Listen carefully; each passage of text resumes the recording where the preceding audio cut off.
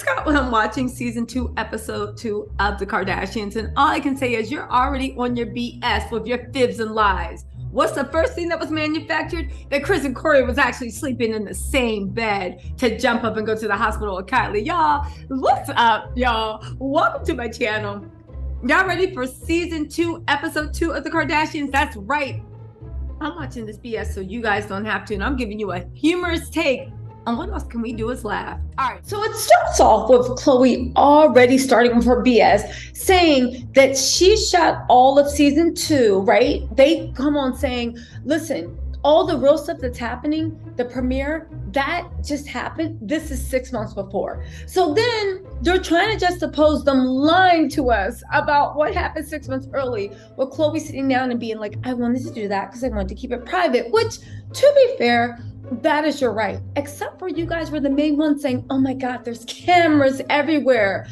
If there were cameras everywhere, how come they couldn't keep track of when you were going to visit your surrogate? How come there were no cameras there?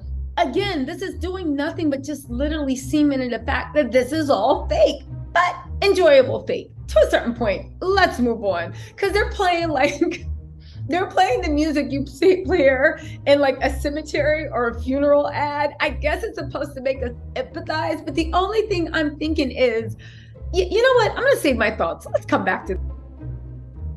But you know what? Let's play along, because we have entered fake scene kingdom. What's the first fake scene? You really expect me to believe that Kris and Cory are spending time in the same bed? Please. But let's move on. So they literally, like, you hear Cory being like, babe, it's time. I thought he was gonna say mess.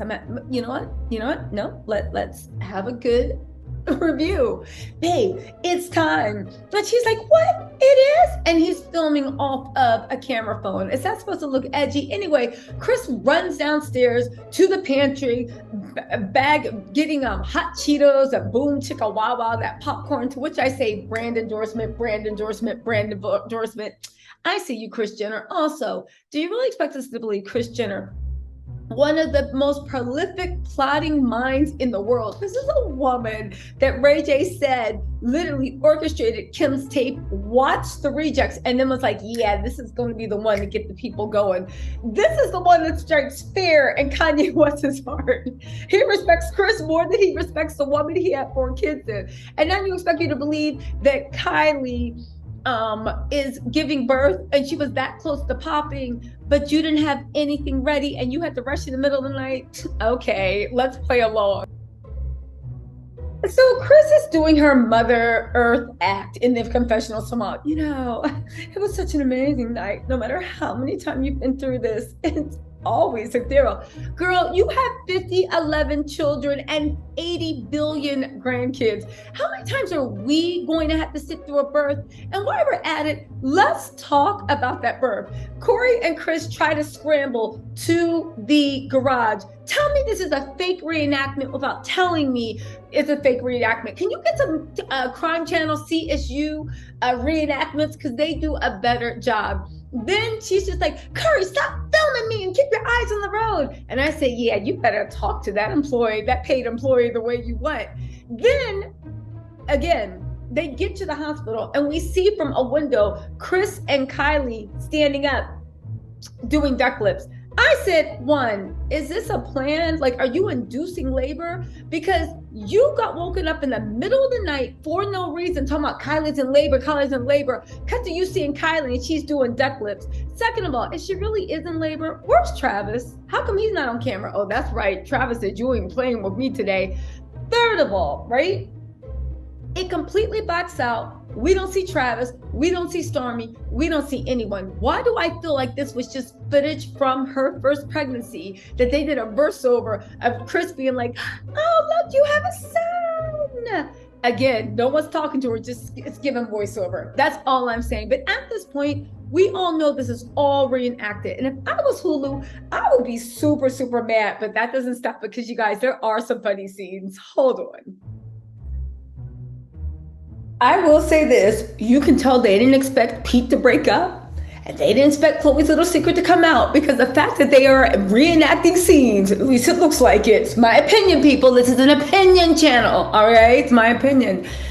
You expected to make Kim and Pete central, and now you even got Cory, Kendall, and Kylie out there working. But low key, Kylie's like, I ain't working. Y'all getting postpartum depression, and y'all getting me talking about, oh, I haven't named my son yet. We just call him baby. Girl, stop it. Kris Jenner, you're losing your touch. You better get your H-O ho ho ho's. You better get your ho ho ho's in line because you're losing your touch. You're losing your touch. Then they're treating us to a montage of, we're so happy they're expanding their family.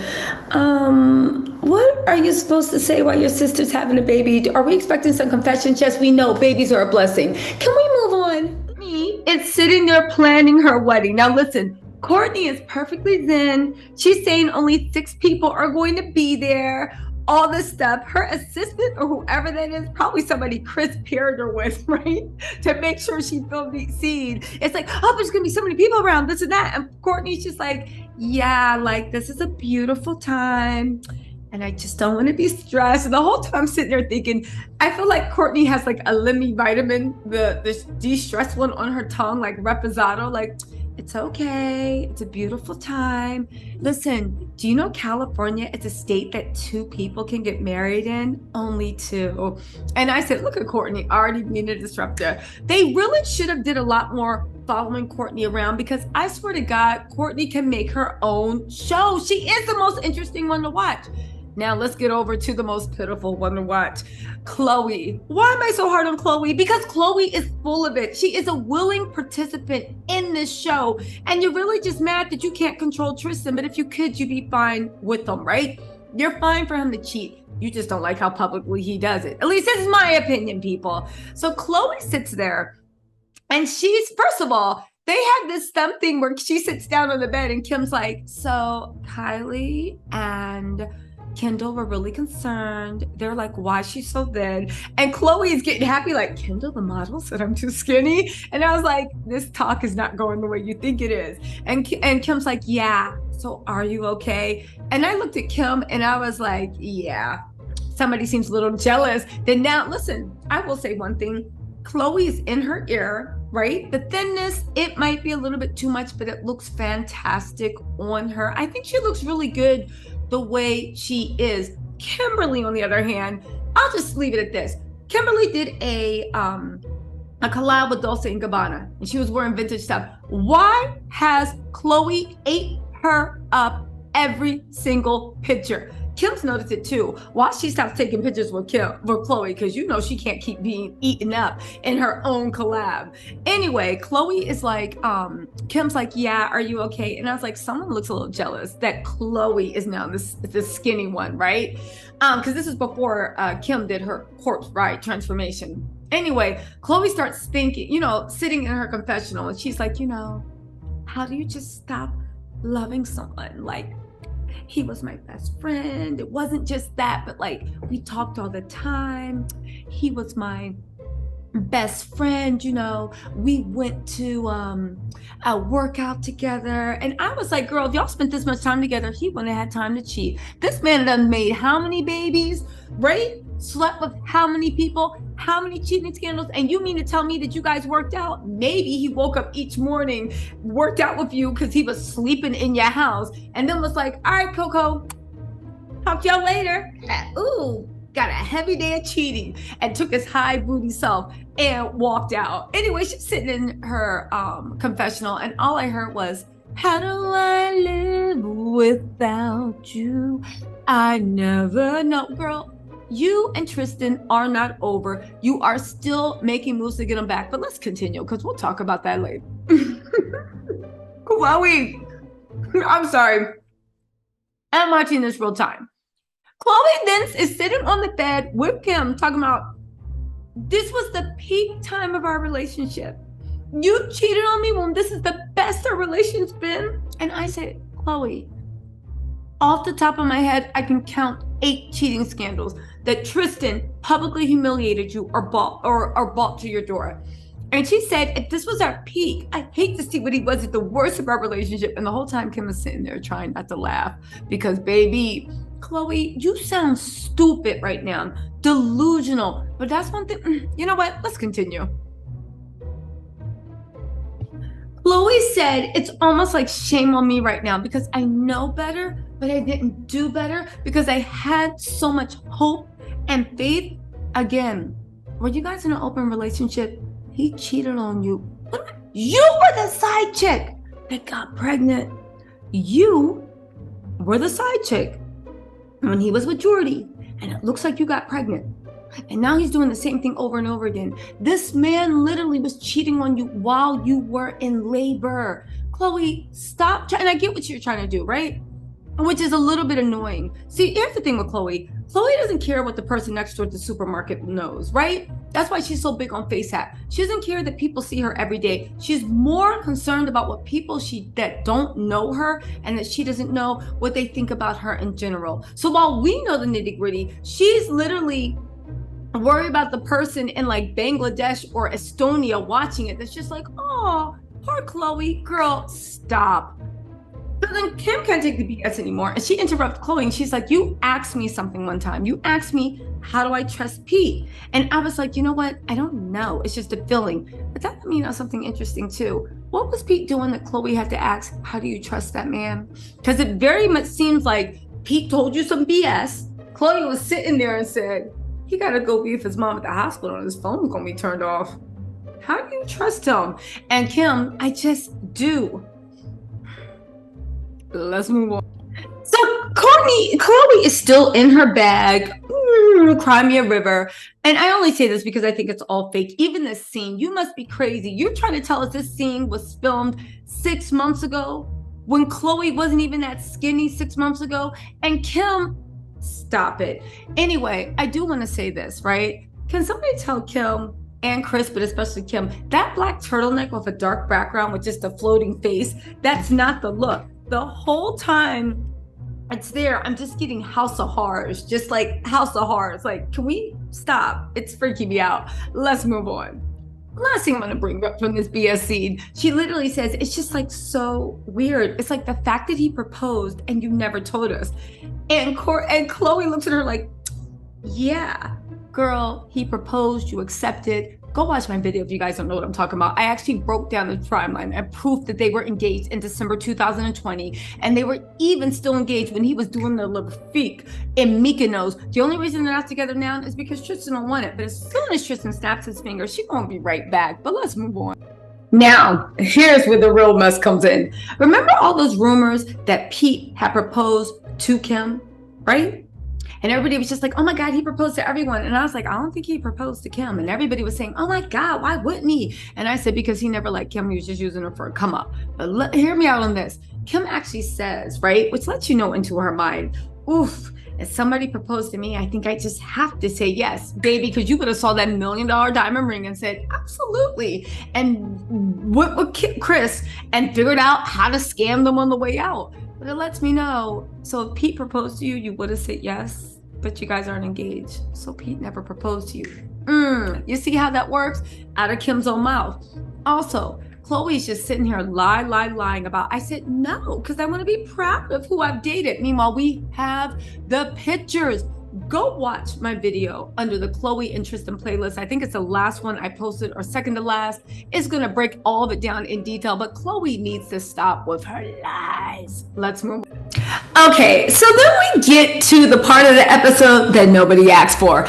Kendall and Khloé are having a conversation. The funny thing is, Kendall's bringing all this energy. She's genuinely excited to go to the doctor and see how Khloé's brain looks, because Kendall's like us. She's like, I don't know what's been inspiring Khloé, but I just want to know, is it brain damage? Is it trauma? Is there cotton? Are there bats flying around? We need to know what's going on. She's actually really excited. You can tell Kendall's into a lot of holistic stuff, and she's that sister that's like, no, you can be healed. You just have to eat enough nuts and berries. But no shade. I'm that sister. Anyway, halfway, right? But also, then we go to Kris and Kylie. They're talking about Kylie, and actually was a real thing, postpartum depression, because this is one of the things that actually annoys me with the Kardashians. They talk about motherhood and this and all these things with women, and they act like, look, we had babies, we did this, we did that, we look great, right? All of a sudden, now that Khloé wants to be skinny, she has to have a surrogate, right? All this stuff is going on. But it's nice, and it was actually like a little touching. I felt for Kylie, where she was literally talking about her postpartum depression and the way she didn't just bounce back, and the way that her journey was actually pretty normal. The funny thing is, if they can lean into that type of realness, maybe it might be a show. Kylie and Kendall, maybe because they're the youngest, maybe because they have energy, because Kim and Khloé are giving old lady energy, just like, no shade, right?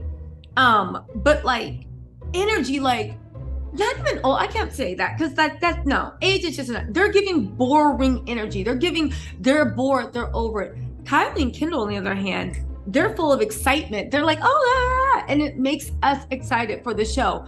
Courtney gives that energy too, of like, she makes you excited, but she's like, I'm over y'all anyway. But let's move on. So then there's a scene where Khloé and Kendall are sitting there preparing for her test, and the producers throw Khloé some shade because there's like a little brain test to recognize patterns, right? And Khloé's like, I don't know how to recognize patterns. Apparently Tristan was banking on that. But let's move on. Interesting enough, on the test she took, they said that she has high emotional intelligence, right? But her resilience is very low. And you know, Khloé took that as an insult. She's like, but the queen, where's the crown? But I see what the test is saying. I think that's why she's such a glutton for punishment. You don't have resilience. The hurt you know you can recover from, but the things that you're not sure of, like living without Tristan, being alone, being a single parent, you have no resilience for that, and you are avoiding it more than anything you can. Let go.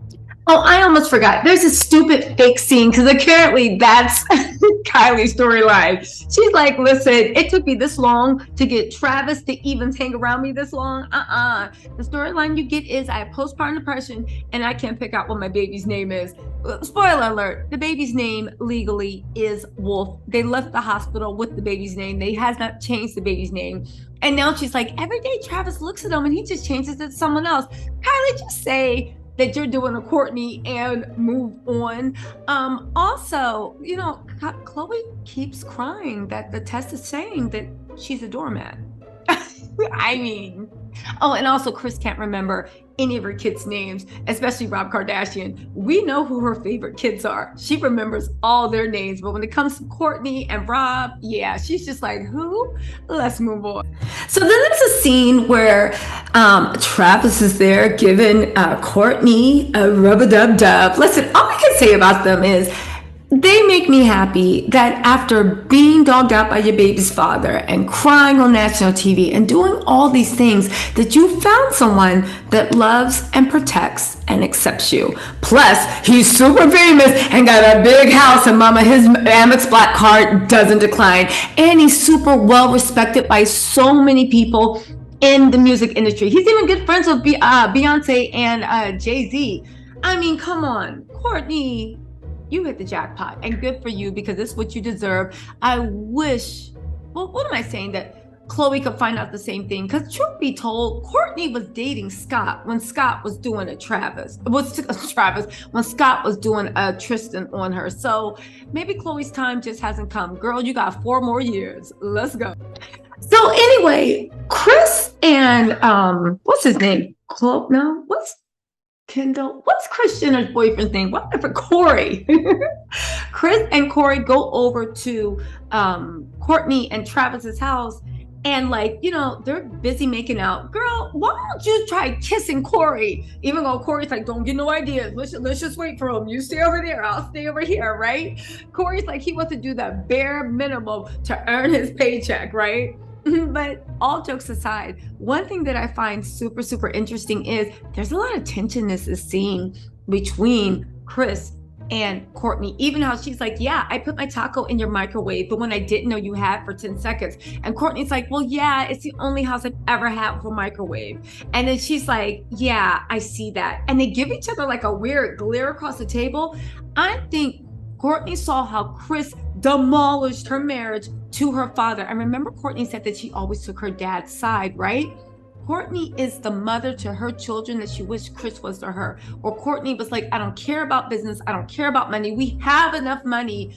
I want to focus on my kids. Meanwhile, Kris, well, you know, she created Kim Kardashian, and allegedly, according to Ray J, was in the building and watched the tapes and gave Kim picked out which one she thought was going to be the best-selling tape. I'm just saying. I don't think Courtney's going to do Penelope like that. I'm just saying.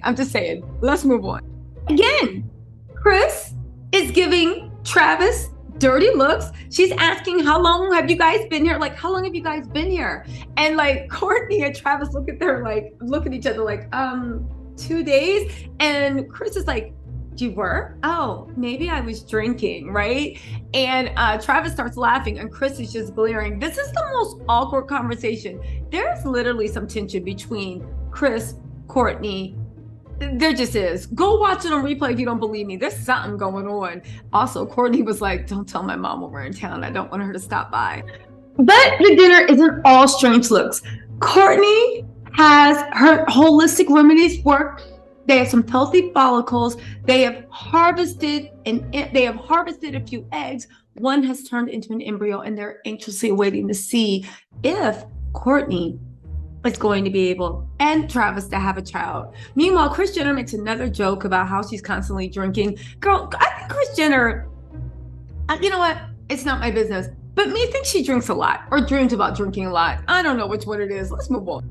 Okay, so then the weirdness starts. And if by weirdness, yes, Khloe has entered the scene with Kendall. Actually, Khloe literally almost died when she was 16. She said she went through a windshield head first and then hit her head a few more times on the ground. That is literally a near-death experience. Everybody in the room, including Khloe, is like, okay, so what else happened? And I'm like, I haven't figured out why Khloe's the way she is, but I think it has a lot to do with the people around her. But then again, maybe it's her. I don't know, but it's all really, really weird. Dr. Aitman, she tries to tell him about Lamar. He's like, I know, I had season tickets to the Lakers. Then she tries to talk about Tristan, but what about the 16, when you were 14 or 16, when you were dating like a man that was over 30 years old? What about that? Again, Tristan took her through some mess. And absolutely, I think there is some emotional trauma, but the whole point isn't that you have emotional trauma. Everybody's looking like you should. I'm on the train with Kendall. Yeah, you should have emotional trauma. But why, instead of processing it and moving forward from it, you're like, yes, I can bounce back with anything. Punch me. She's that person. She's like, go on, hit me in the face again. And you're like, what are you doing? Like, ooh, something's not clicking. But let's continue. So we go back to Kim's house, and can I say that Keeping Up with Kardashians have some of the worst soundtracks I've ever heard. The scene opens up with, hey, it's time to celebrate. Cater's gonna hate, but I can't relate. Let's go.